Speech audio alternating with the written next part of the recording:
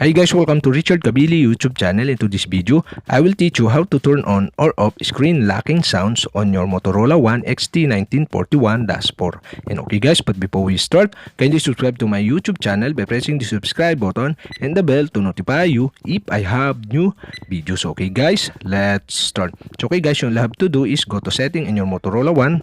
And okay guys, here in settings, okay, go to sounds. Okay, click sounds, and okay guys, here in sounds, you can see below the advanced. Okay, click advanced. And okay guys, you'll have to do is scroll down, and okay, you can see the other sounds and vibration. And okay guys, here you can see the screen locking sounds. And okay guys, on the right side, you can see the switch button.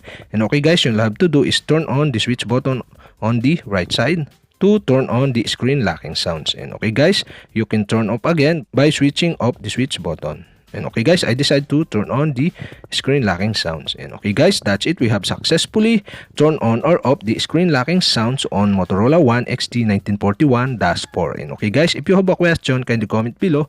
And don't forget to hit the subscribe button and the bell to notify you if I have new videos. Okay guys, thank you for watching.